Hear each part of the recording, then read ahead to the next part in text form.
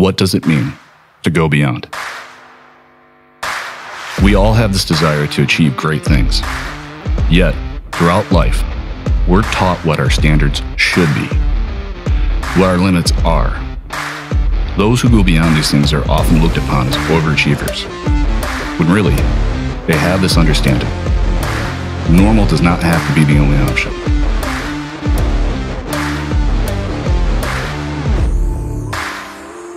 In the pursuit of wellness, there are a few things that ring true. Honesty, discipline, and consistency. This is how we transcend. By going beyond.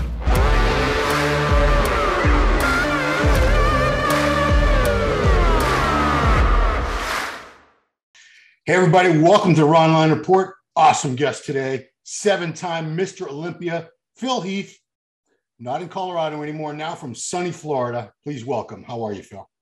I'm great. You know, as you said, it's been a whole year now here in South Florida. And to be quite honest, I don't miss Colorado one bit. I don't. Yeah, I mean, I could see that. It's a little warmer there, a little more bodybuilding friendly, I would say, even. For sure. But there's plenty of, I mean, gosh, you know, there's tons of bodybuilders in Colorado. But, you know, when you're able to walk outside and it's, 90 with, to be honest, not a ton of humidity where I'm at. Really? Not unbearable. It's not like Houston, Texas or anything like that. It's not Miami. I'm just north of it. So, yeah, I mean, it's been very nice. The only time it got cold was in December when we were watching football and, just outside when it hits like 60 degrees or 55, you're like, oh, hell yeah. Like you're actually running for your house. Well, you're not. I mean, you've been in the cold before. I'm going to start off with a question that fans ask every day. It looks like I'm reading, guys. I am reading. Keeps me on the right track here. So we've seen you on the Olympia stage twice since you had the title. Will we ever see you on the Olympia stage competing again? I've given it a lot of thought. Right now, no. That's just me being honest. I mean, obviously, if I was competing, I'd be doing it this year, right? Instead of commentating. But, I'm allowing myself that 5%. Like I was on a friend at my Let's podcast on SiriusXM, and, he had asked the same question. I said, 5% chance. Because you got to leave. At the end of the day, I could easily say, yeah, I'll never do this again. But then why put limitations on myself, right? What if I don't know what the future will hold? I'm working toward various different goals at the moment and have unlocked a lot new opportunities within the last 2.5, 3 years. But I wouldn't just say like never, ever, ever, ever, ever, ever, ever, ever, ever. You just don't know. Gotcha. Yeah, I'm like, for all I know, they do like a Masters Olympia. I'm 50 years old, and I say, you know what? Maybe one more time. Who knows? I have no idea, but I will say this: I'm really excited for this year's Olympia. I'm really excited for those athletes, both men and women. And I did realize that by me not being on stage, because I read all the comments, I read the emails, I got a lot of DMs, and a lot of people said the same thing. They were like, "Man, we just miss you." And I'm like, you know what? That really feels cool. That was my next question. Believe it or not.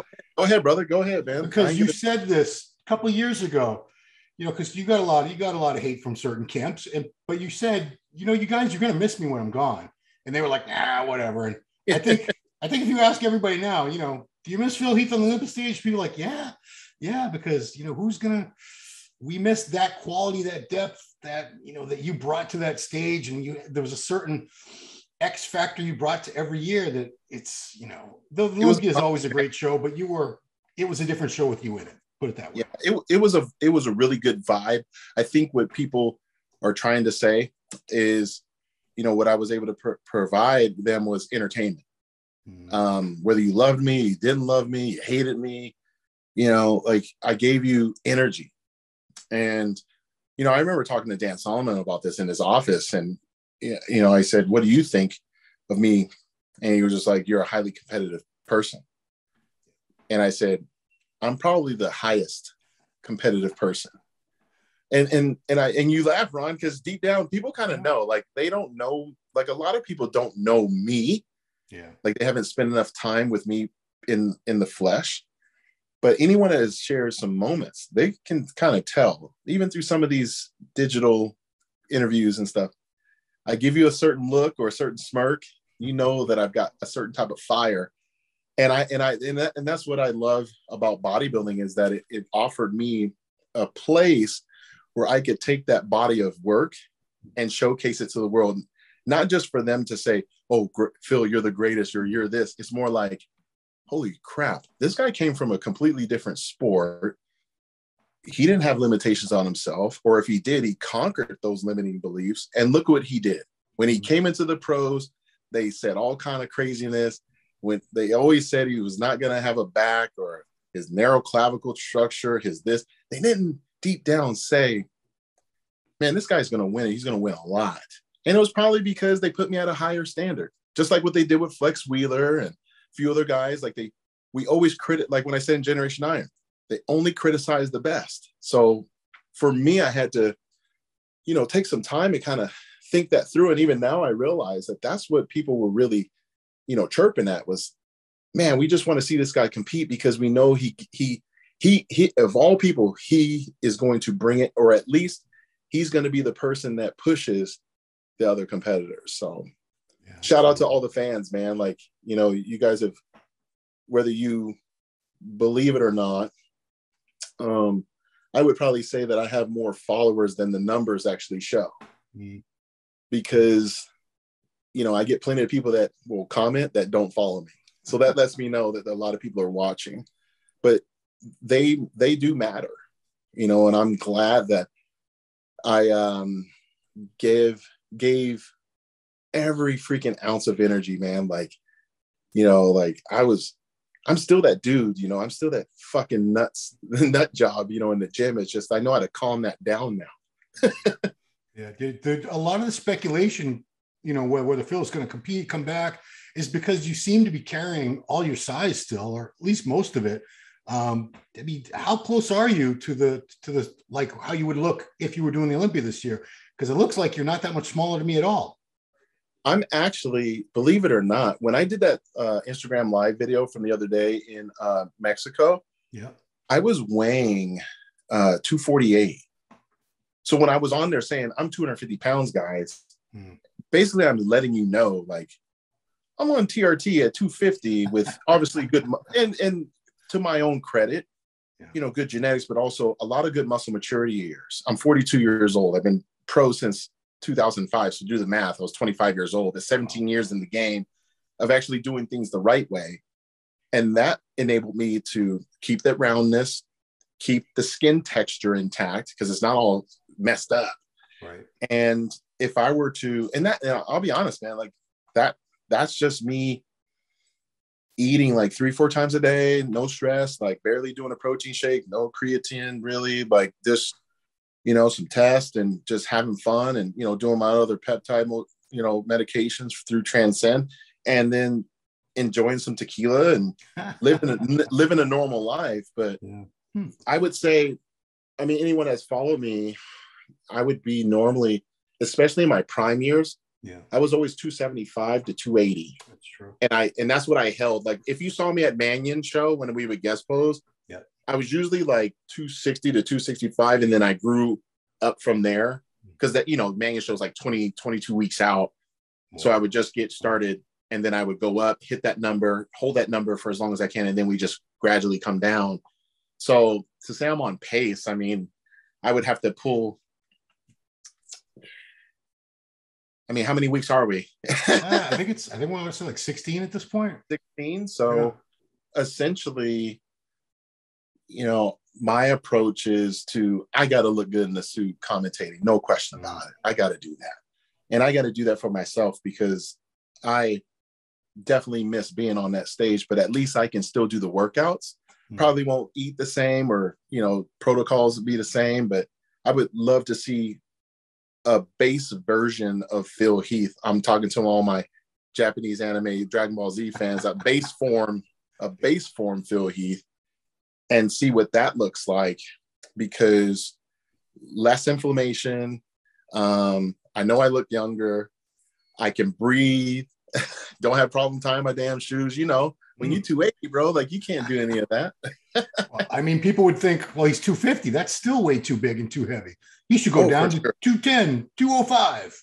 You know what? It's funny you say that, because when I was, right after 2020, I was getting ready for some films, and you know, the objective was to take that physique and then just crash diet down to like a smaller version of self, right? Because theoretically on film, you know, you're going to look swole. I mean, I'm 5'9.5", you know, even if I'm 235, it's probably still too big. Yeah. So I got all the way down to like 228, and then people were following me around that time. I was on the Peloton all the time. I was doing a bunch of different plyometric stuff. I was literally like, I was getting ready for football camp. And I saw what I looked like. And then I thought, because someone said, oh, he should just do classic. And I laughed, because I was like, dude, I'm like 228 and I'm like trying to burn muscle off, and I'm not even on anything. That means I would have to like, it's just impossible, right? Yeah. So the goal would be, I mean, I'll be 43 in December. Yeah. If I'm, you know, when I'm 50 years old, I mean, I always had a plan. Like, you're 50 years old, you cut it down 10 pounds. So like every 4 to 5 years, you cut it down 10 pounds. Okay. So by the time I'm 50, I should not be 250 pounds, even on TRT, eating 3 times a day. I should be like 230, you know, doing that. If I, you know, unless if I get a wild hair up my ass and decide, you know, that. It reminds me of Jay, because Jay can't get under like 230. He's tried eating just 3 times a day. He still trains hard. He said, that's my vice. He loves training, but it's not like he's trying to be big and heavy. He's like, you're not trying to be, but that's, you know, you guys are not regular human beings. That's what the average fan doesn't quite get. You know, you spent those years building all that muscle. It's not going anywhere. Well, that's where the kids right now have to watch this. What we're talking about, Ron, is because this is not a quick fix. So when people see, you know, a C-Bum or some of these other younger guys under 30 years old with this type of mass, or like a Nick Walker, you have to understand that's for them. You're not them. And you have to recognize that if you're just trying to do this for 3 to 5 years, of course, gets freaking huge. We already know that's, you know, heavily PED related. Good luck. But if you want longevity and you want the ability to be my age or Jay's age, because Jay's what, 48, 49, you want to have control over how you want to look. So if Jay really wanted to pack on 10 pounds, he could do that and look pretty damn good doing it. If I wanted to do that, I have the opportunity to do that, because, you know, we've done everything slow and steady throughout our career, and we didn't have the internet like everybody has today, where they want it so fast because they believe in themselves and they want to be Mr. Olympia or whatever category they're in, and they want to just, you know, hit some shortcuts along the way because their friend is doing the same thing. But if they can focus on understanding you don't know anything, like if you could literally humble yourself and say, you know, I don't know anything. I'm going to learn only from experts. I'm only going to message experts. That's it. And pay for that knowledge because, you know, it just makes sense. Or just, you know, write them. We're all accessible. That's what's so cool about social media. You know, like, you would be surprised, Ron, how many people message me about non-bodybuilding related stuff, or not, like, it's not about like contest prep. It's not about like, it's just motivational. Like, hey man, you know, you helped change my life or this or that, which is great. I appreciate it. But I would assume more athletes would say, hey, Phil, like, I saw you, like, how did you win in this year? How did you come back in, you know, 2014 from Friday to Saturday night? Because I'm doing a 2-day show and I'm really trying to figure this out. How did you beat Kai? Or how did you beat Jay? Or how did you hold off Ramy when he was 280 pounds? Like, how did you do that? And even from pros, I'm very, very shocked. But, you know, I continue to provide the openness and the open-mindedness to say, look, like, you know, I'm in a place of, I mean, what's my nickname? The gift, right? I got a gift.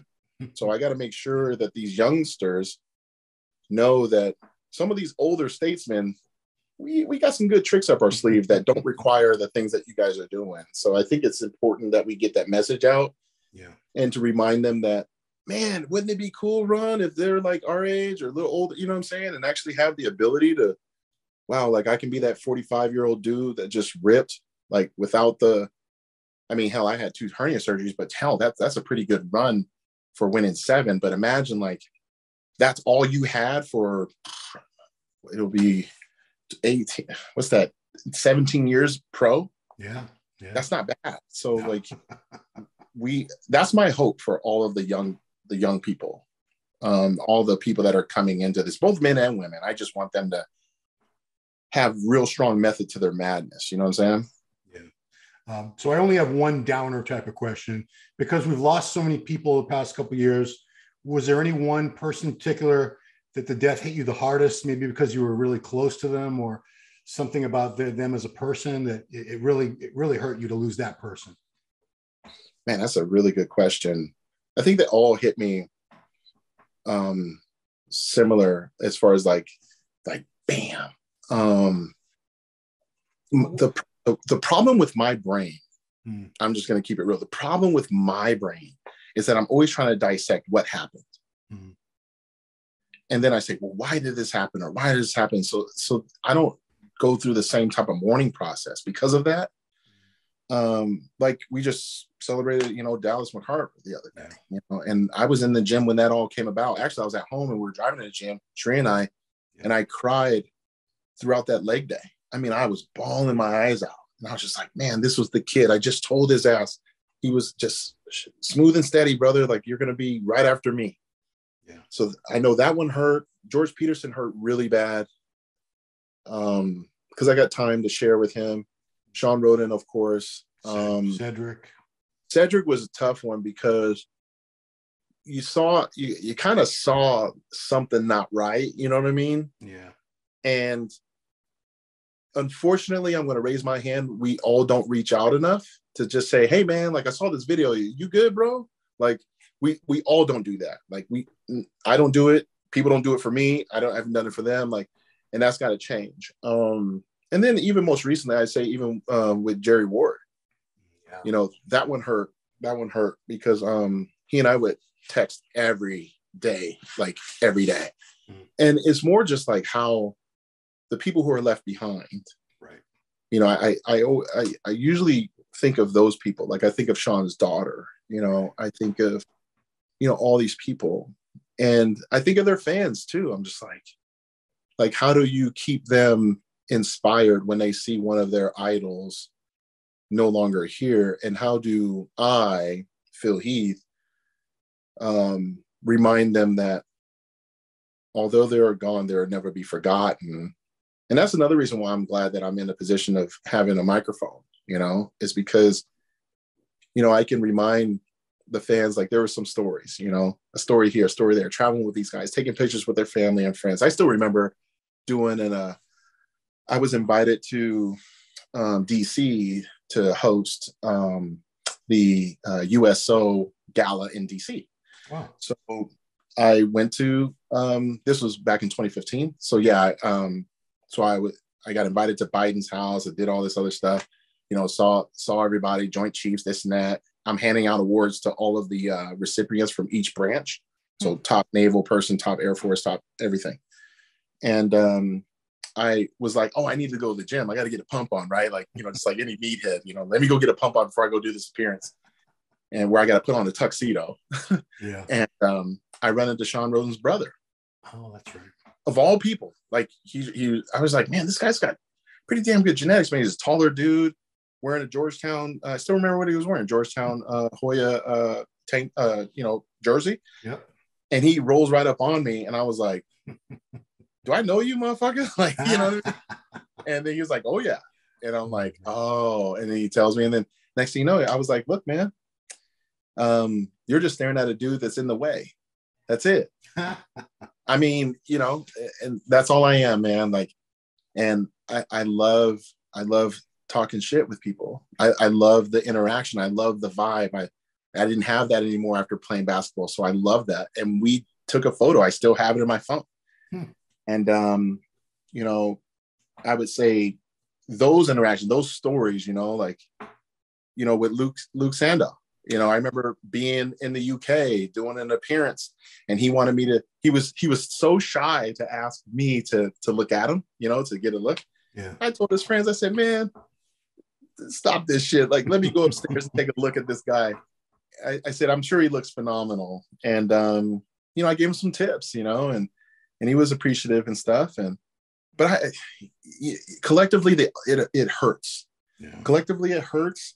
I feel sorry for their families. You know, I hope that they've been able to move on and you know, continue to celebrate them. I do believe that we as a bodybuilding community have to acknowledge these deaths and understand that although some may not be prevented, I think more awareness needs to come about. I think there needs to be, you know, more understanding, yeah, as far as the blood work and all that stuff. And I think we got to set a better example for those young ones and older ones, you know, that, I mean, people do what they do because they have some type of hidden agenda that they haven't addressed yet. Like, why are you really competing? Or why are you taking these PDs? Like, why are you doing these things? Mm-hmm. And it's a psychological thing that they're having to deal with. Oh, no one likes me, or I just want to be huge. Well, why do you really want to be huge, dude? You may not even win. What does that mean to you? I don't think they've really dissected those things. Mm-hmm. And I feel like it's my mission to bring it up so then we can have conversation, because my goal, especially working with Transcend, is to enable those conversations to exist.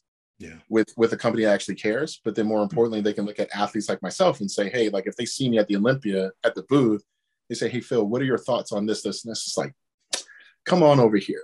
Let me tell you something. And I'm going to blow your mind. Like, I'll blow your mind right now.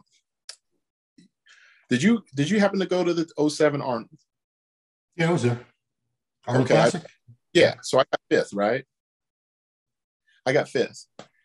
And, you know, tough group, right? Yeah, Victor won that year. Victor, Dexter, Tony Freeman, Gustavo, then me. Yeah. Pretty badass lineup. I remember right after that, and I was like, man, like these guys were like a different level. And what do I need to do? And then Hani was like, got some things that you haven't tried that no one else had, that everybody's been doing for quite some time. I'm like, great. So those things, like we always made sure that, you know, we did everything very, very slow. And that's why I was able to have that longevity. But I know I've been going off. I want to hear your questions. I want to run through them for the fan. Let's talk about the Olympia. But I was very happy to hear that you're doing the commentary this year. What was your reaction? Because, you know, it's a tough job because bodybuilders as a whole, they're not always receptive to critiques, even when you're just being objective. It's not a personal attack, but you as a champion yourself, you know, it's hard to separate the physique from the person. So a lot of times they'll take that as like an insult on them when you're just saying conditioning wasn't great, or, you know, he needs more back thickness or calves. You know, your job is to pick these people apart. And now you're going to have to deal with some backlash from some people that not everyone's going to like what you have to hear, because I'm sure you're going to call it like you see it, whether they like it or not. I think it gives them an opportunity to hear what a 7-time champion thinks and who has actually been through it. Now, if they hear something that they don't like, they have to ask themselves probably a couple questions. Number one, is it true? Is it true? If you're not in shape, is it true? Look at yourself. Ask yourself. Usually 99% of the time we all say, if I could I have done a little bit more during prep? Usually a lot of people raise their hand, right? Yeah. Did you really nail it? Did you really give it everything?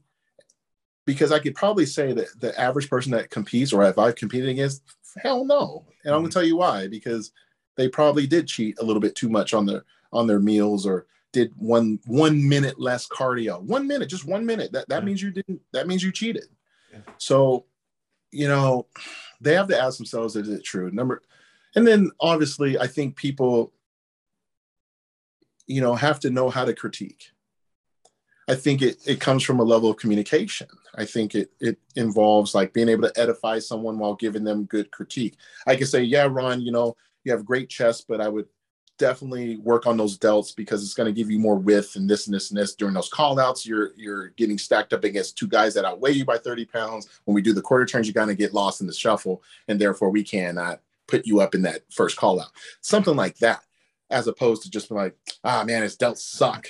And, you know, he didn't bring it this time. It's like, based on what? Like, you know, I've definitely got my work cut out for me, no question about it. But at the same time, I'm a fan. But I'm also a person that can put on the lens of a 7-time, but then I can also take them off and analyze things for what they truly are. I don't have to make this about myself. See, I don't have to say, well, back in my day or when I competed in this year, I'm not going to do that. Good. Unless if my co-host would ask, like, hey, what were you feeling during this moment of time? Then yeah, that's definitely permissible. But to make it all about me, that ain't it, brother. I am encouraged to not necessarily adjudicate them like they think. That's what the judges are there for. My job is to relay what I see to the people in digital space. Okay. So then they understand. I'm talking to the person who does compete that wants to understand how this is really being looked at, or my critique on what I think they should improve that they could use in their own physique, or the grandma that just happens to buy this for their grandson because he's just a super huge fan of a person that she's got to be entertained and say, well, what does this mean? Why are they doing these? Why are they shuffling them around? Like, why do they do these quarter turns? What are they really looking at? Because I still have friends that are fairly close to me that don't compete, and they're like, what are they really fucking looking at? So it's really my job to provide that analysis and yeah, be honest. But I would assume, based on what I did last year, just on a reaction video that I did with Valuetainment, and then also I did a thing at the Boston Pro. A lot of the athletes had nothing bad to say. And if they did, they could always hit me up in DM and say, hey, Phil, this is what I'm looking at. And this is me winking, right? Like, hey, Phil, this is what I'm looking like right now. What do you think? Yeah. What do you think? Just real quick, what do you think? And I'd be like, well, you need more cardio. Or you need this. You need that, based on what I saw. But you know, then you also can't take what I said and go up to Steve Weinberger and say, or Tyler, and be like, Phil, he told me this. It's like, there's that part too. Yeah. So, you know, but I don't worry too much about that anymore, Ron. You know, like, I'm there to help. I'm there to help the sport. I'm there to help the athletes. I'm there to make sure the fans who, you know, did pay, have an enjoyable experience hearing my voice, you know, along with co-hosts and stuff. You know, talk about these amazing athletes, where they're from, what hidden thing do we know about this person that, you know, like you would see any other sport. Yeah. You know, and I think it's great that you're going to be commentating, because there's still a lot of people up there who you did compete. You haven't been gone very long at all. No. So these are mostly people that you've competed against, and you have insights into strong points, weak points.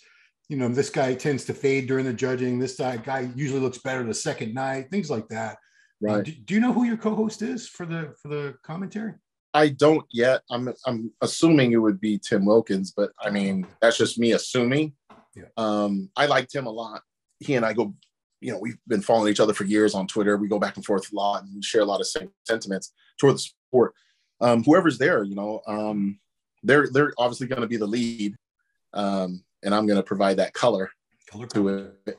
But I expect to have a really good time. I'm not sure if we'll have a third. I would assume we'd have a third, especially during the women's rounds. Oh yeah. That would probably make a lot more sense. I mean, having two guys talk about women's physique or bikini and stuff, that's a little touchy. No pun intended.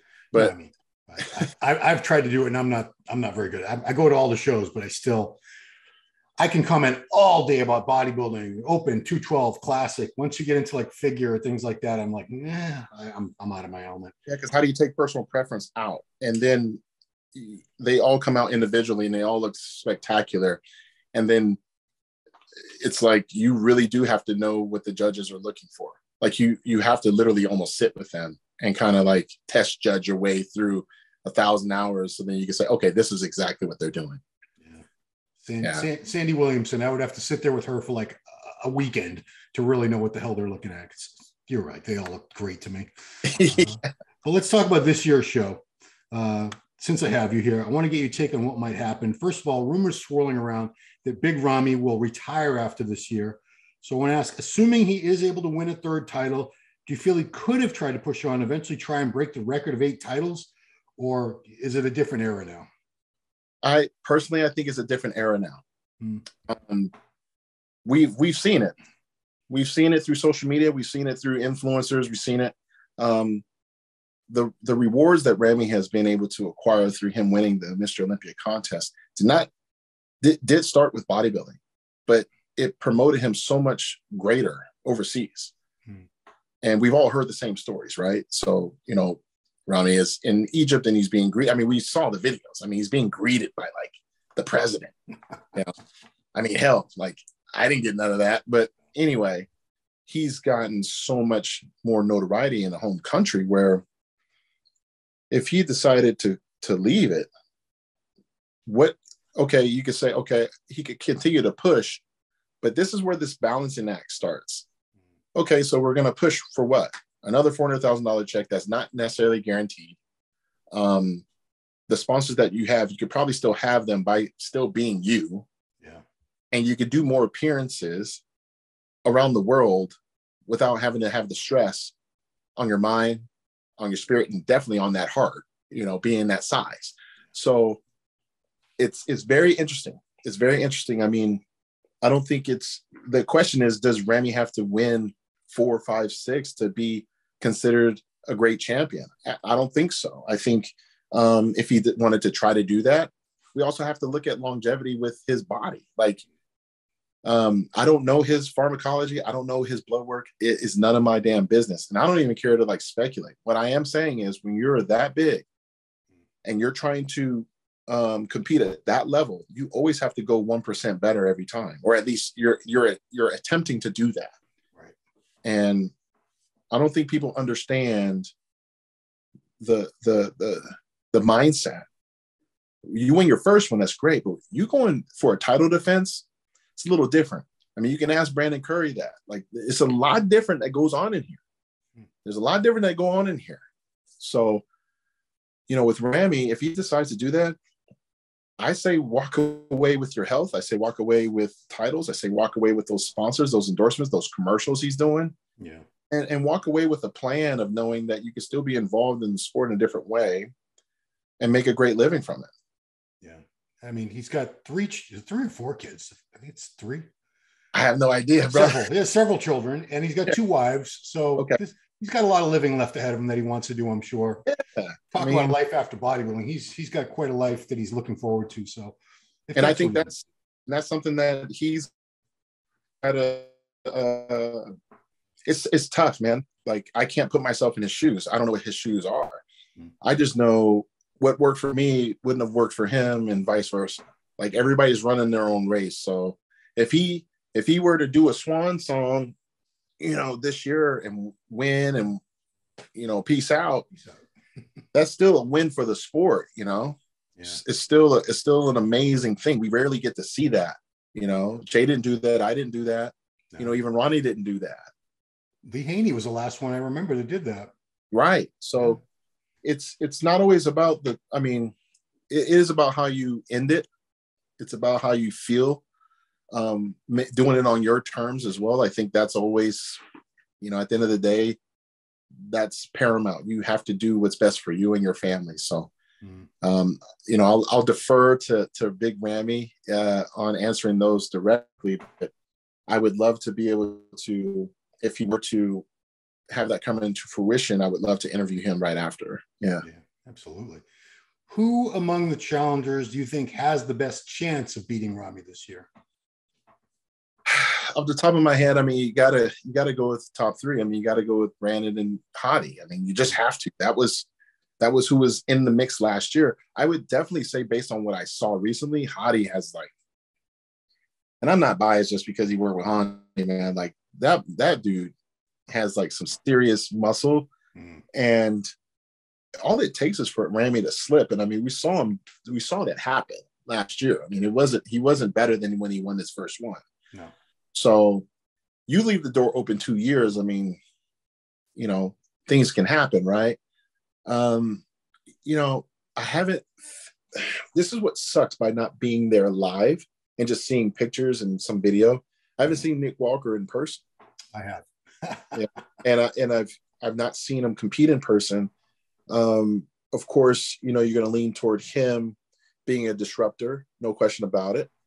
He is probably, I believe he is the youngest disruptor out of anyone in the world. So, you know, he's definitely someone you got to keep your eye on. I also think even William Bonac is someone, and I've always mentioned William. I mentioned William before anybody knew who William was. William is a guy that, like, if he puts it together with Chad, I mean, he can beat some guys, you know, because he does have more muscle maturity in the right places. He just has to nail it. He's not going to be the widest guy, but the muscle density per square inch, I mean, I've seen it. You know, it's pretty gnarly. I saw him at Boston Pro, and I was like, holy crap. And the one Nick was like, yeah, he's got to get rid of Gyno. Well, he did that. Now what? So it's like, now you have to really, you know, give him his due. You know, that lineup, man, those guys. I'll run through some names because, you know, everyone's talking about a couple new guys, especially Michael Krizanek from Slovakia. He's the big talk now because he came over from the other IFBB. Yep. And, you know, from the front and from the side, I think he's very, very comparable to Ramy. From the back, I don't know if he's quite has it. How do you rate Michael Krizo? Because I think there's a very strong chance he will be on the Olympia stage this year. I think what I saw, like, I mean, he looked great, you know, when he was at Gold's Venice and Jay was with him and stuff. I thought he looked really good. But I do see, I mean, I see holes in the physique. I see holes in everything, right? Like in the physique. I think he, you know, definitely has to work on the presentation. Like, even when you research his contest videos, he can't hold poses very long. And just look at the tape. So he has to focus more on that than anything else, because in this league, they will run your ass through some call outs. And those pictures are unforgiving. You know, the photographers just so happen to post up shit that don't make you look great sometimes. And it's the name of the game. So you have to expect, like, when you're up there posing, you let up on anything, someone's going to capture that, because in their mind, and athletes don't figure this out until later, the reticular activating system, reticular activating system. So let's say you say, pick out all the yellow cars on the street. Your mind is going to say, oh, I know how to do that. Pick all the black ones. You're going to figure that out. Focus on Phil Heath's stomach. You're going to focus on that. You're going to make that all your freaking narrative. Like, you ain't going to care about his arms, his back, his legs, and nothing. His teeth. You ain't give a shit. All you're going to do is do that. Focus on Ronnie's ass. That's all you did. Like, not you, but that's what people did. So that reticular activating system creates a narrative for a lot of people to where that's all they focus on. So it's like when people were talking about, you know, anyone, like my narrow clavicles or whatever, that's all you're going to focus on. You're not going to focus on the alchemy of, like, seeing every cool thing there is. So with Michael, my suggestion is, got to get some lower lat thickness. You definitely have to come in with better legs from the rear shots. You got to come in ripped. Like, if you were to just focus in on conditioning for these, the qualifier they have to do, and then the winning a pro show, just focus on conditioning. If you do that, you might have time to grow into the Olympia, maybe a little bit, but we're not talking about like growing like 10 pounds. We're talking about growing in, like nailing it with like 2 or 3 pounds heavier. That's it. But if I were him, I would just focus on conditioning. His freaking traps were ridiculous in his chest. But when we turn to the side, you know, I'm a little concerned because although we see certain things on camera, I don't get too excited off of anyone. Like, even myself, like, it's just a freaking picture. It's just a video. Until we see that shit, that's why, you know, I never posted my own progress pics. They don't mean anything. Right. I mean, to the fans, I get it, but I would. How tall is he? 6 feet? 6'1"? 6'1", I believe. So 6'1", looks great for 6'1". I mean, freaking round. You don't see no white dudes with that roundness, bro. Like, I'm just keeping it real, man. It's true. It's very true. It's freaking awesome. So I'm wishing him all the best. You know, I want to see him turn pro. I want to see him I want to have that excitement to see what he looks like on an Olympia stage this year. But if he can bring it, I mean, gosh, we got to see him. So we got to see him next to Andrew Jack. Yeah, we got it. That's my next guy I got to talk about, because that's I was at the Texas Pro and people were just raving about him. And he does have this, it's a very unique physique. 6'2", 292 with aesthetics, a small waist, round, bubbly muscles. Condition, he wasn't even really targeting that show, him and George Farah. They're getting ready for the Arnold UK. Just sort of said, well, we're looking good enough. Why don't we do this? People were talking about him being a threat for Ramy at the Olympia. And I think he's good enough for sure to already be in the top 5 or 6. I just want to know where you think he fits in to the Olympia, assuming he brings better condition. I mean, that's the hard part, is that until we have seen you bring it, I don't like to believe in fairy tales. Mm. That's just to be quite honest, man. Like I can say, yeah, sure, if he came in condition. It's like, what are we talking about? We're talking about competitive men's open bodybuilding. You better be freaking ripped. So this whole tinkering around and this and that. So now you kind of set yourself up, me and George, like you kind of set the table for, what are we going to expect in the UK? A shredded version this time? Yeah. Or are you still holding him back, saying that you're going to do that at the Olympia? The problem is that if you say that and don't deliver, it don't look good, because now you produce this expectation by fans. And that's the last thing Andrew needs, is this, people have this stupid expectations of him coming out of the gate. Not to say that he's weak-minded or anything. It's just unnecessary. My idea is just, yeah, could he be top 5? I don't know, man, because he is that tall. Put him next to Samson Dowda, man. Like, are we going to just shit on him? Like, I don't know, dude. Like, I got to see. I can't just go based on pictures. I can't just do that. I can go by on a video. Does he have some really good muscle? Hell yeah. Hell yeah. Can he fix a lot of? Yes, he's got room to grow for sure. And he was how big? 290? 292, yeah. And he's 6'1". He's 6'2". Jesus. So it's like, I don't know where you would have to be. I mean, my question to people that would say, because a lot of people get excited about a newcomer. I was one. So what weapons does he have to just demolish a Nick Walker, demolish, a Hottie, demolish Brandon Curry before you even get to Ramy? Like what does he have that is just going to demolish these guys? Shape. That's bullshit, Ron. Like, what are we talking about? Shape? That's it? Yeah. I mean, he doesn't have as much muscle per square inch as like a Nick Walker. No way. But it's just when he opens up in certain shots, it's crazy. It's like a bigger classic physique body.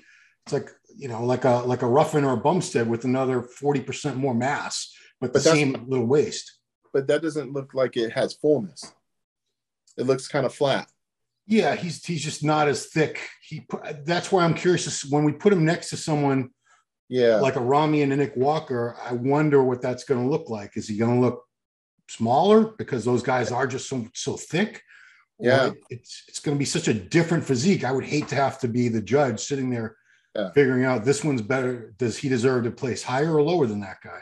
Yeah, and I'm not here to disagree. I'm just saying, like, when I see that, I'm like, when he puts his hands over his head, he large canvas, very large canvas. Yeah.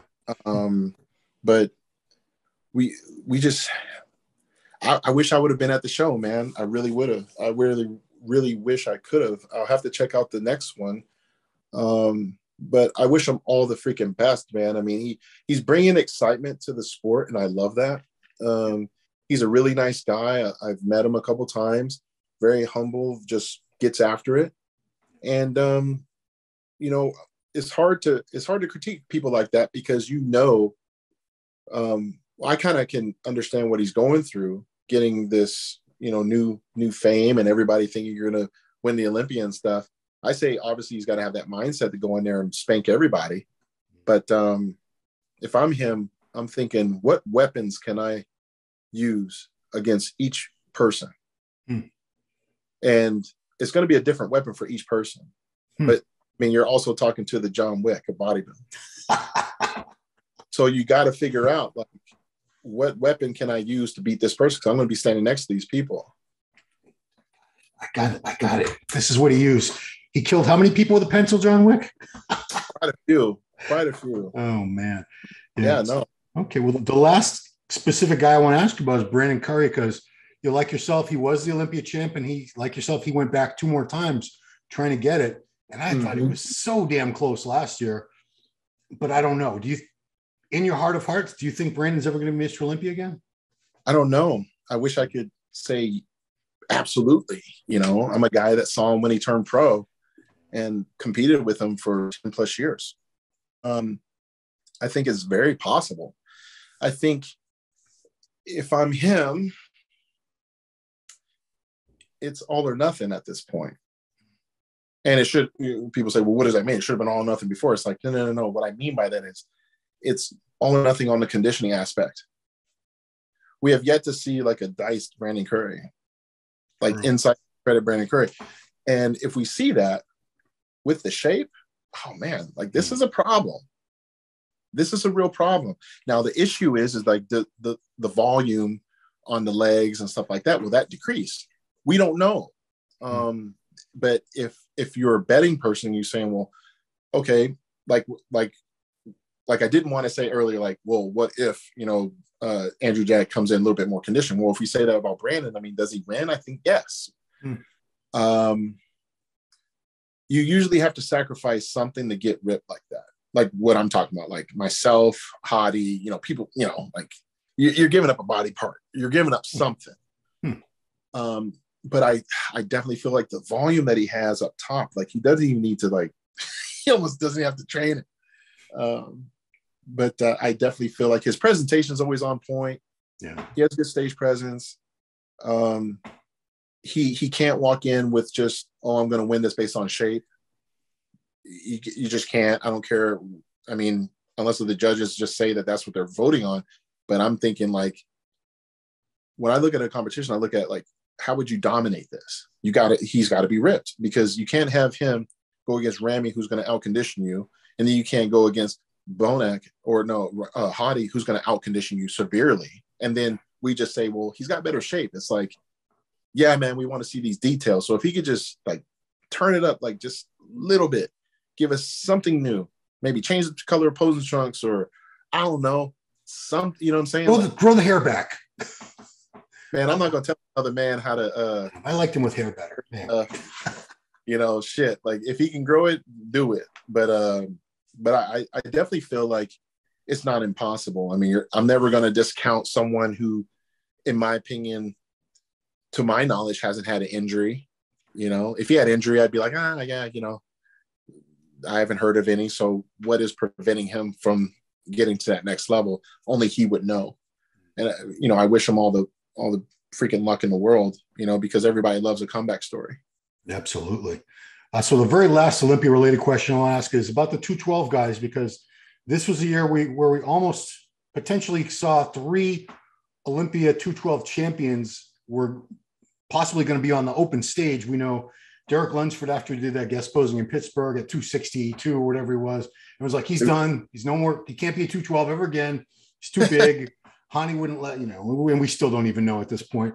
Sean Clarita qualified for the Open Olympia, winning that Legion Sports in Reno 2 weeks after last year. And then we just had Kamal El-Garni did second place in Tampa in the Open at 220, but roughly. And then he went to Texas, had to settle for 4th. But that was his goal, was to compete in the Open Olympia this year, because, he's 51 years old. He's on the tail end of his career, and I think he wants to be on the Olympia stage. So what do you think about all these 212 guys?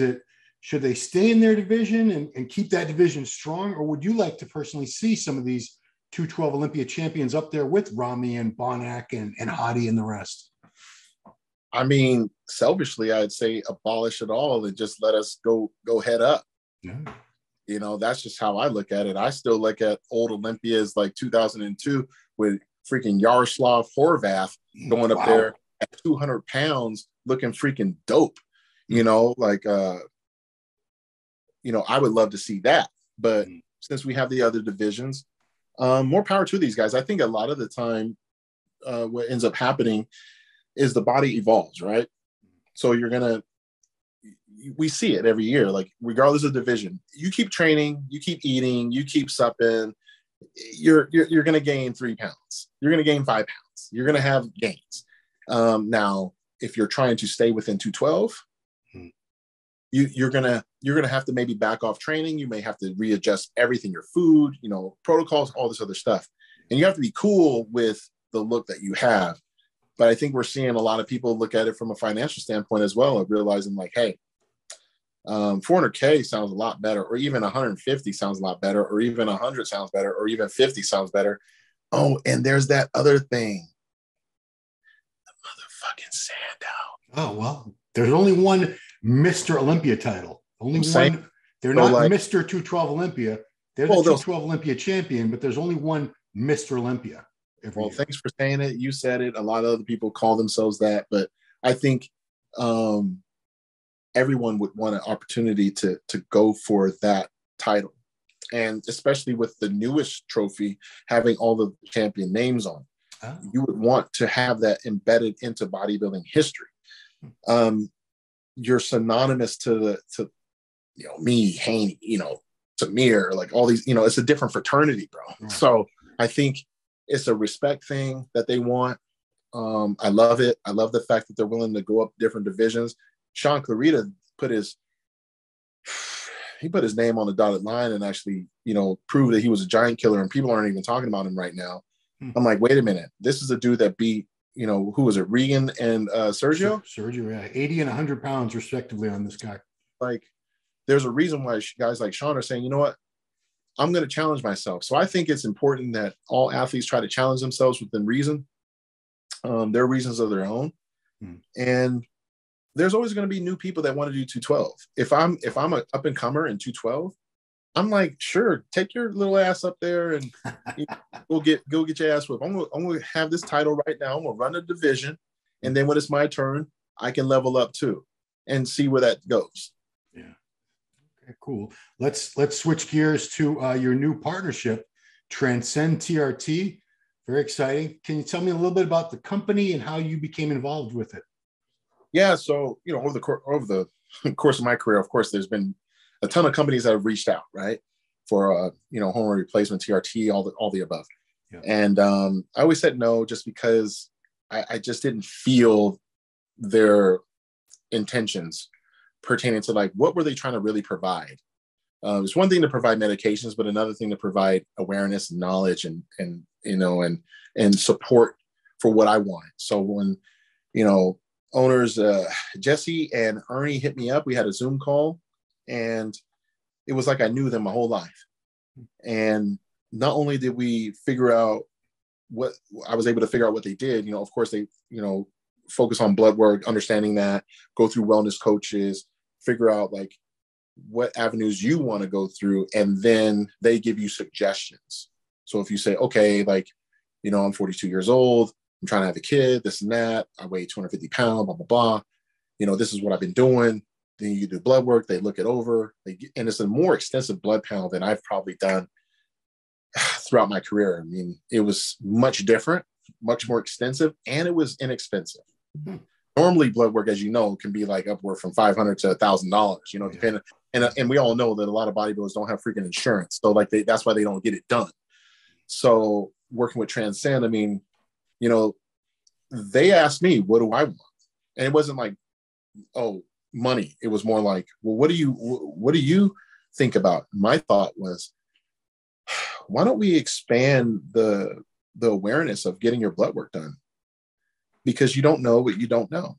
And with all of the people who have passed away, maybe if they would have had something accessible to them, maybe they would have been able to catch something, and they would have been able to work with a wellness specialist that isn't their coach. I ain't trying to throw coaches under the bus, but I'm going to say a lot of coaches are in there for their own self-interest. And we all know that. That coaching is a business. We get it. So it's their car that they're redlining. It's not their car, that it's not them, but it's someone, you know what I'm saying? Like they're in the booth telling the driver, like, no, redline this car. And that driver may die or get hurt. So with Transcend, it was not even about that. It was about like, hey, Phil, what do you want to do? I said, look, I would really like to offer some blood work to athletes who, compete or qualify at the Olympia, just trying to figure out ways to remind them that you should be getting this done. You should know what's going on. You should then take that to your coach or to your spouse and say, honey, I might not be able to do this prep. Why? Well, my AST and ALT are too high. And, I did 5 shows last year. And although I have the heart of a lion, I just can't do it. And maybe you have that conversation with sponsors or whatever. And, I'm going there, right, Ron? I'm going there. But, a lot of sponsors put a lot of pressure on these athletes to compete and to look a certain way. And they treat them like, I don't want to say slaves because they're not slaves, but they treat them like disposable NFL players. Yeah. So my whole thing working with Transcend is not just a hormone clinic. It's a family that provides great awareness, great products. And, we're talking about, far and beyond just in bodybuilding. We work with, mom, pop, grandma, grandpa. We work with, professional athletes in other sports. We work with entertainers, actors, singers, rappers. Like we even work with members of the U.S. government. We do a lot of cool things. We have a foundation that we're working with, a nonprofit. Like there's a lot of cool things that we're doing, and they're just so innovative. And they come out with like for instance, for me, I travel now. I'm back on the road, traveling, doing motivational speaking and high performance coaching and all this other stuff. I've got to retain a lot of information that has nothing to do with, sets and reps, right? Yeah. So a lot of different data that I have to compile based on my experience as a bodybuilder and be able to portray that to like a corporation or a group of trainers or what have you. They have medications for that, brain fuel. Oh, wow. So we talk about nootropics all the time in sports, in supplements, but they're actually getting it at a higher version that can be prescribed. So imagine being able to watch that movie Limitless with De Niro and what's his name, Bradley Cooper, and actually have a pill for that is available to you. In the corporate space, now I get to be more competitive, right? I can take a C-Max nose spray, boom, boom, go into that meeting, know what I got to do, go take a dihexa, 30 milligrams, go do this. And it's not ADHD meds. It's none of this other stuff. It's not meth. It's none of that. It's very well sourced. They're an open book. And that was the other part. It's the information. They don't hide it. They give you all the medical data. You can get on the call with a wellness specialist. They show it to you. They say, hey, this is what's going on. Like for instance, I was on BPC 157 and thymus and beta 4 after when I got with them, because I had those 2 hernia surgeries and I started putting it around the incisions. And it's supposed to help with, reduction of inflammation, gut health, this and that, and the other. Next thing you know, I'm like, that's when you guys start seeing me pull up pictures with my shirt off. And I'm like, damn it, if I would have had this shit back in 2017, I'd have been able to get the surgery and maybe continue to win 10. So that was another reason why I've been so pleased with working with Transcend, is that they have all these different types of medications that really apply to my life, whether I compete or not. Yeah. So of course, the $1 million question everyone's waiting for me to ask, what is your TRT protocol now? Right now, it's, this week's a little different. So I'm just doing like half of a sip 3 times a week. So that's what, 100 every other day, pretty much. Yep. So I'm just doing that, doing DHEA, prednisolone. I'm doing my dihexa in the morning, along with some, a little bit of T3 because my thyroid was low. I wanted it more optimal. I never was on it as a competitor, to be quite honest. It was always in range. It's just that I wanted it to be a little bit higher, just because I knew that I was asking myself to do more in the morning. I didn't have time to be groggy, and I did not want to continue to be highly caffeinated. So that was something that I wanted to eliminate on my diet. So since then, I haven't had to really hit up coffee, Starbucks, nothing. Energy drinks, I still like the taste of them, but I just don't have to do it.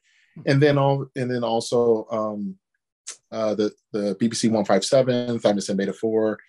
Now it's TB 500. They took it off the market, so I have to do that. I every now and again I run a little HCG, and then what else? Tesamorelin, ipamorelin at night. It's more of a, it's a GH Saratoga, so it gives me that response, but it's something that I noticed, like when you're talking about growth, growth puts on a lot of water too. Whereas this doesn't initially, like I don't get carpal tunnel, stuff like that. So with peptides, one thing I have noticed is that, because I never really got into that as a pro, other than growth, is when it comes to these medications, it takes like 2-3 months for you to really see some effects. So the average person is like, well, I want to see it tomorrow. It's like, nah, man, you're going to see like some results after a month. And then come month 2, you're going to see more. And then month 3 and beyond, you're going to see a ton. And it's to get you on a path to where you could take this for however long you want without damaging. It's not like you have to cycle on, cycle off with some of these medications. So really, that's the protocol right now. If I really wanted to, I guess I could bump up the test a little bit. My days of right now, I don't like what you guys have seen in these videos. That's really what it is. I travel with it too. So it's not like I don't take it on the road, which is dope because I have, prescriptions. But yeah, 300 mgs test, just having at it with that. That's been like a good sweet spot for me. And glutathione injections.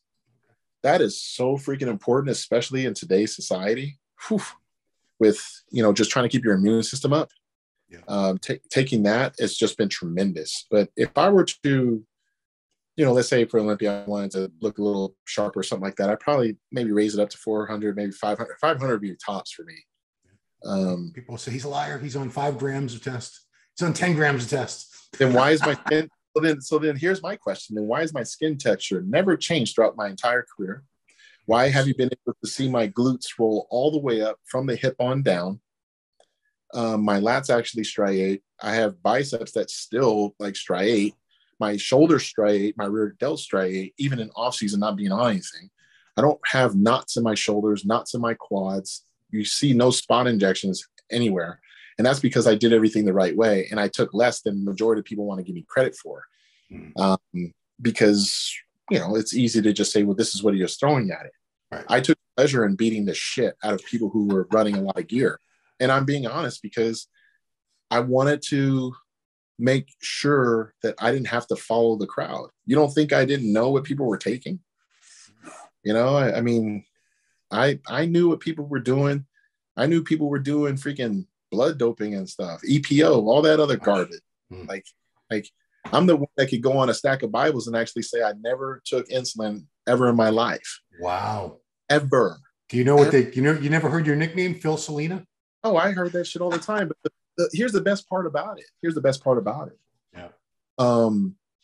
My friend Mark Lobliner even said this once. He was like, man, I flew out to Colorado, trained with Phil. We trained super late. And after we got done, he didn't even go to the bathroom or nothing. He stayed with me. We talked for like an hour and a half. He goes, if that guy was on Slim, like looking the way he did, he would have passed out by now. I go, exactly. Like you're telling me that a guy with my muscle roundness and conditioning in college playing basketball needed that shit? Yeah. I mean, only thing I did was glucophage. I took that before. And honestly, it made me watery and I stopped it. Like after 2 weeks, I was like, this doesn't do shit. Like this is just making me like watery as hell. And I didn't like that. I mean, like in a picture, you'd be like, God dang, man. Like I got up to like 283 once and I was, man, this is sick. And then you realize, oh, that's just water. Like if taking the other stuff is, and to be quite honest, brother, I saw, if you're sitting in my head, you have to think, if I'm that good, can I beat him with less? If I'm that driven, can I beat people with less? I beat people, Ron, without a training partner. It's true. Beat people without an entourage. I trained at night and I also trained during the day. On me at night, but I trained alone. I did that for 10 plus years. I racked all my weights until like the very end. Shree would help me, but like, you got to be a sick fucker to be able to do all that, And I say that not to pat myself on the back, but I say that because I was raised as an only child. I had to do things on my own. I understood being by yourself is important. I understood that you're only by yourself while you're on the competitive stage. I won the Olympia. Jay Cutler, our friend, will make fun of me all the time and say, Phil Heath did 80% freaking hammer strength and 20% free weights and beat all of our asses. I'm like, yeah, I did. And I did it without having to do massive squats, on back. on back squats and massive deadlifts. When have you ever seen me do a massive deadlift? I stopped doing that shit when I was after '08 Ironman.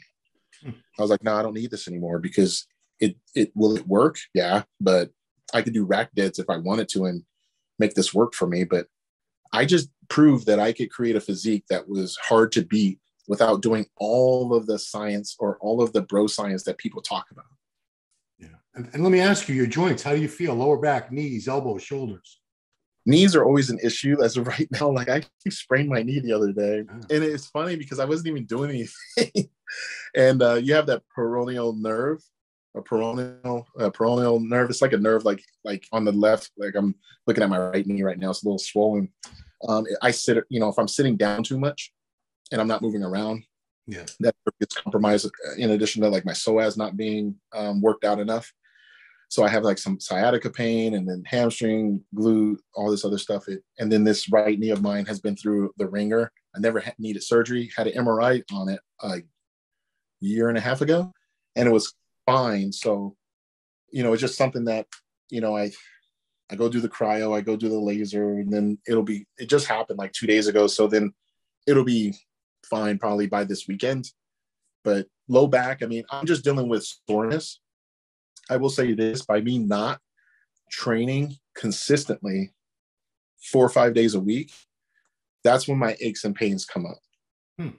So because I'm not getting the circulation. Yeah. So it's like a rusty car, and then I ain't gonna lie, I get into the whole, well, I'm freaking Phil Heath, man. I can go ahead and just eat up one day and go post a video like I did the other day and have everybody think I'm 270. And I just have the luxury of being able to have that type of physique. Yeah. But, I'm very fortunate to not have, I'm very blessed. It took me a while to kind of put my head around that, but I had to, my fiance, future wife here soon, Cherie, said something to me after all was said and done. And I was just sitting there, even after 2020, just very upset. It was around Christmas time. I was just like, man, like this sucks. And I know, because it was the first time in my career where I missed. Like when I see you, Ron, I'll show you pictures of what I look like 2-3 weeks out. And you'll be like, yeah, you fucking missed it bad. And I'll be like, yep, I missed bad. I've never missed, like ever missed in my career. I missed like so much where I probably lost like 10 pounds of Phil Heath fullness, like of the full, not like on the scale, just the volume. Yeah. And just made one bad decision. And, I wasn't at the luxury of making a mistake where in years past, I can make a mistake. Yeah. Not this one. This one was stupid. Like this one, I would never do it. But it happens. And, Cherie was just like, I know you're upset, but one thing you have to do is to thank your body. And I was like, man, like, now I'm like tearing up and stuff. Cause I'm like, well, like trying to be all tough. And I had to drop my ego and realize, no, she's right. You're the type of dude that won't even stare at your trophies. The reason why I chose to do this with you is because I'm like, no, I have to acknowledge, like, I did do this. But my mind, the way it worked was like, I just want to kill more bodies. I just, that's just how I'm, like I said, I'm a little nuts, and I was always thinking about the next one. So when she started really playing under my head and making me sit down with a pad of paper and I start writing down what that meant, and then having to say it in the mirror, like, thank you. Thanks for putting up with me. Thanks for putting up with the fact that you were born a certain way, was not supposed to be a NBA player, but turned into a bodybuilder that people respect and love. And you have murals of you and stuff. Your body of work is tied with Schwarzenegger. Like you should, and all you have is 2 surgeries. Like, and when we say like, oh, there's people that hate Phil, there's more people that love me. Oh yeah. I think it just gets talked about because we're just so fixated on addressing the negative. Yeah. If you Google my name, I have more results pop up than probably anyone in the world in our sport other than Arnold. Anyone on Google, like forget the followership, like just Google it.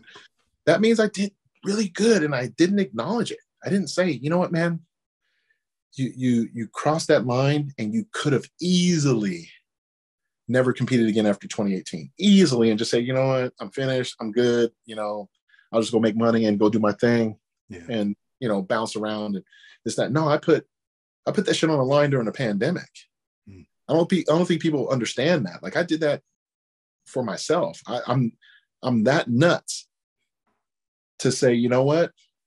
I'm willing to embrace the hardest challenge of my career. I didn't pick fights. I didn't pick shows like that. I said, you know what? Should I have taken another year or two and then come back? Absolutely. In retrospect, I should have not competed in 2020, came back in 2022 or 2023, fully recovered. Yeah. And in my opinion, I probably would have, been right there to win. Yeah. But that's not, life has no rehearsal. And I don't like playing that game. It's just like, what you die tomorrow, man. Like, what do you want to do right now? And here's the best part, Ron. What if I would have won? People would have talked shit, but it wouldn't have mattered. They would have said, I came after 2 hernia surgeries. There's no way in hell I could have done that. And to be quite honest, if you think about that reticular activating system we're just talking about, you take that shit out of your head about addressing someone's stomach all the time. You start talking about someone's lumps on their shoulders, lumps in their quads a little bit more. Now it kind of evens the playing field. But that only happens to the other people when they start winning more. So the degree of nitpicking increases as the person gets higher in winning. It's just the way it is. So I'm thankful for what my body's been able to withstand. I'm thankful for the fact that I was able to compete against some of, in my opinion, some of the greatest bodybuilders our sport has ever seen. I mean, I prevented a guy named Kai Green not to win one Olympia. Like, that's, I don't think these guys, answer this for me. Not even prime Kai. Give me, and this isn't prime Kai, based on like what you talked about, how George brings certain people in. George didn't bring Kai in at the New York Pro that 1 year, 80. He said 80%. That 80% would probably win the Olympia this year. Yeah. That's what I'm saying. Like, I don't think people understand, like, when they try to dog out like other athletes, I'm like, dude, like, you guys have no understanding of what I never feared that man, but I know he struck fear in a lot of other people when he would guest pose, because I was there. I could name names. So I bring him up. I bring up Jay. Dude, I had to compete against that fool in 2009. Like, are you kidding me? Like, these guys, like, I didn't have it easy, And, I got to see Prime Victor. I got to see Prime Dexter. I was on stage with a Prime Dexter Jackson, like, more than once. Prime Branch, like Prime Wolf. Like, I don't, like, hey, here's one for you. Prime Ronnie Rockland. Ronnie Rockland. Well, you already said Jaroslav Horvat. I was wondering who the next one would be. Yeah, I mean, it's, people ask me, Phil at his best, would he beat Ramy? I said, of course. And they go, well, you're a hater. I said, no. I said, it's nothing personal. When I'm talking about physiques, it's never personal. Why not? I could love Ramy and still say this guy could have beaten him. And Phil, when Phil Heath was winning his Olympias, he would have beat the Ramy that we're seeing now, who is winning the Mr. Olympia. And it doesn't take away from Ramy's accomplishments. It's just a different era, different competitors. I think it's true that he's got his fans, and that's great. I think it's hard to convince someone, if they're eating vanilla ice cream, that is really chocolate. It is what it is. You're going to have your diehards. Hell, you still got George Farah thinking that Kai won the Olympia. You're just going to have that. I think what people should do, don't compare me to anyone if I'm not standing next to him. Just say, hey, look, like, what does Ramy have to do to look better? Because here's the difference. And I'm going to probably say this on the webcast. At some point in time, you're no longer going against the people next to you. You're going against yourself. You've always really been going against yourself. But now you're really going against those photos. And that's where people screw up, because that level of expectation, you're expected now to perform at a level that there is no blueprint for this. You actually have to create it. And when you cookie cutter a diet, or you try to figure out what worked last time, it's the adjustments that you make at any given time. That's why Honey and I were able to win. And here's the other thing, and I think you'll agree on this. It's how you win. It's always going to be how you win, because if you barely won, if you won by a point, they can run around when you're retired and say you barely won that shit. Yeah. You win with perfect scores. It's a little different story here. Mm. You know, I can be a little boastful and say, yeah, man, you know, I won 2-day shows for 7 straight years. You know, I never placed outside the top 5 at any show I've ever been in. I competed against the greatest, excluding Ronnie and Dorian and Arnold Lee, but that's it.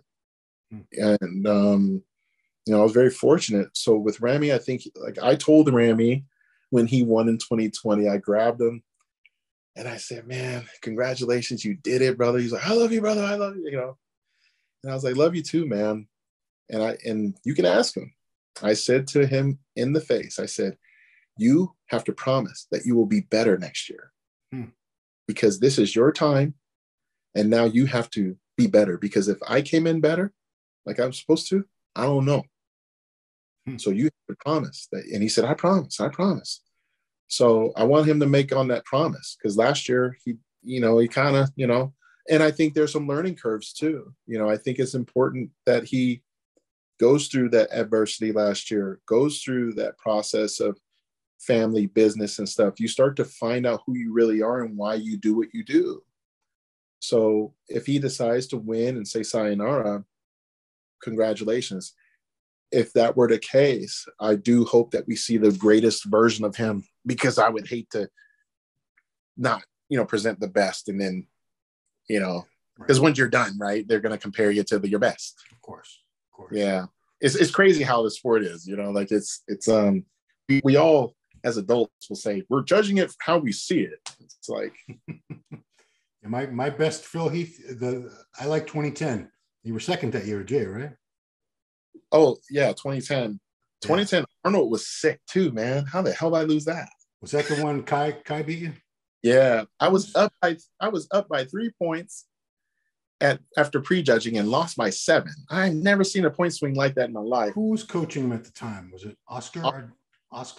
Because they came up to me, you know, this is the old veterans when they still had that big the Brem room with the pump up, and I said, "What'd you think?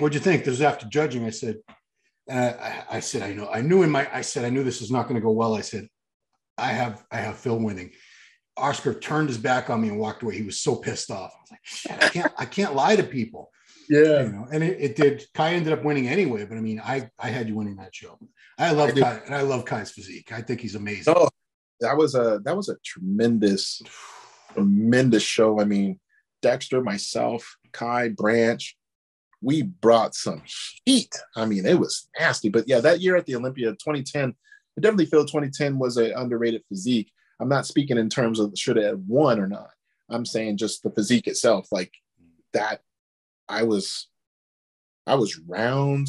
I was a little tighter the following year, in my opinion, but it was like etched out. Like I was knocking on that door, and you know, Jay, being Jay, you know, handled his business.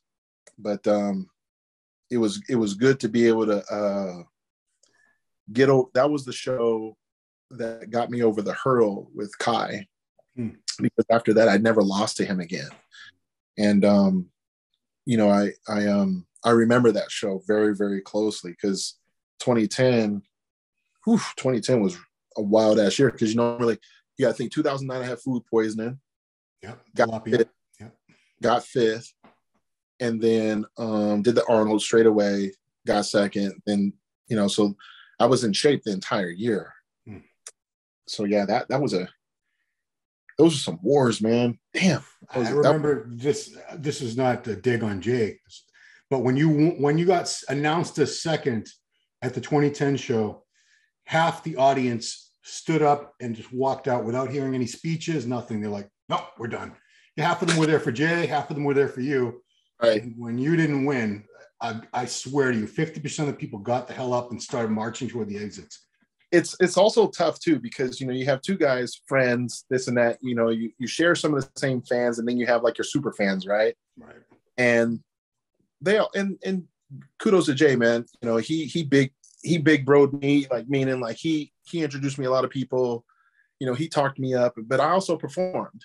And he knew that I was knocking on that door, but, you know, he was able to hold me off as long as he could. And, you know, those fans, I'm very fortunate to have met his fans, because a lot of them have become my fans even now. So, but I totally get it, man. Like, you know, they hear this shit and they're like, it's over. Let's go to the casino, you know? That's right. It was in Vegas. Cool. Well, Phil, man, you have been so generous with your time. And I'm very excited to see this new chapter, both with Transcend and with the commentary. I'm going to be at the show, but later I'm going to watch the replay just so I can hear all your comments, because I'm sure it's going to be something we've never heard before. We've never seen before. We've never seen someone who was recently champion for so long providing the color commentary. It's going to be something special. So yeah, no, shout out to Jake Wood and Dan Solomon putting it together. You know, I'm very excited, obviously.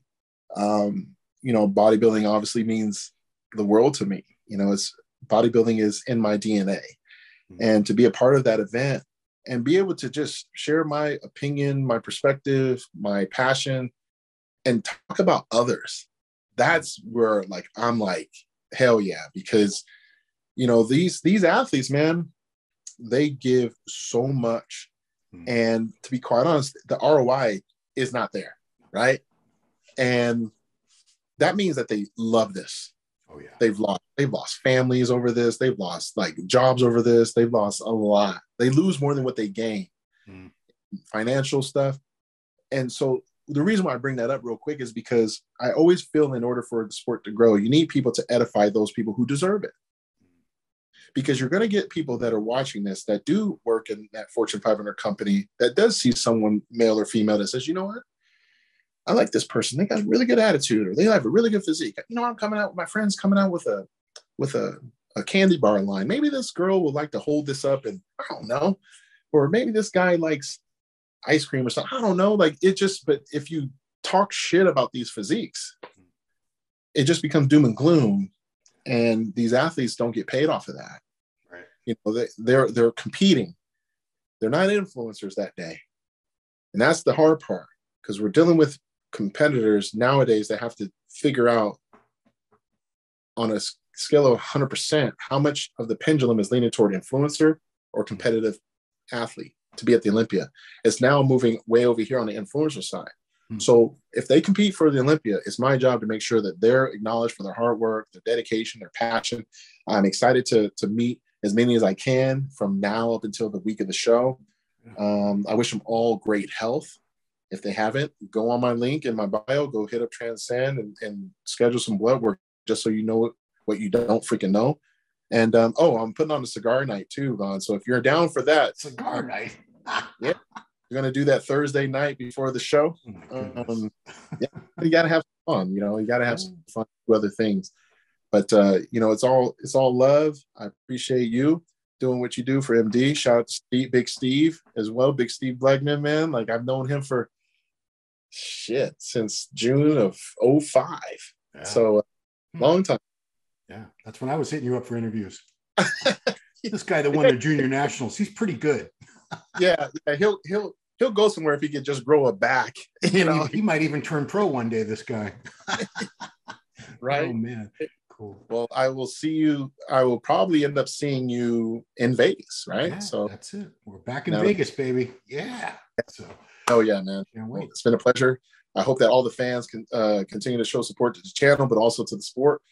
And obviously to me. And if you happen to hit me up on social media, I will freaking throw you, maybe not a follow, but a comment back. Nice. I think it is just support these athletes, guys. Like they really need your support. They're all going through some trial, you know, post-COVID, this and that. They're all going through stuff. And they're trying to figure out like that extra 1% that's going to get them to the promised land. So when you guys like their photos or you comment and you give them some genuine love, they do appreciate it. So keep it coming. Right. All right. Perfect way to end it. So thank you so much, Phil. Seven-time Mr. Olympia, Phil Heath, the gift. Going to be commentating this year's Olympia pay-per-view, so you need to get that. And that's it. Thanks, everybody, for watching Ronline Report with Phil Heath. We'll see you next time.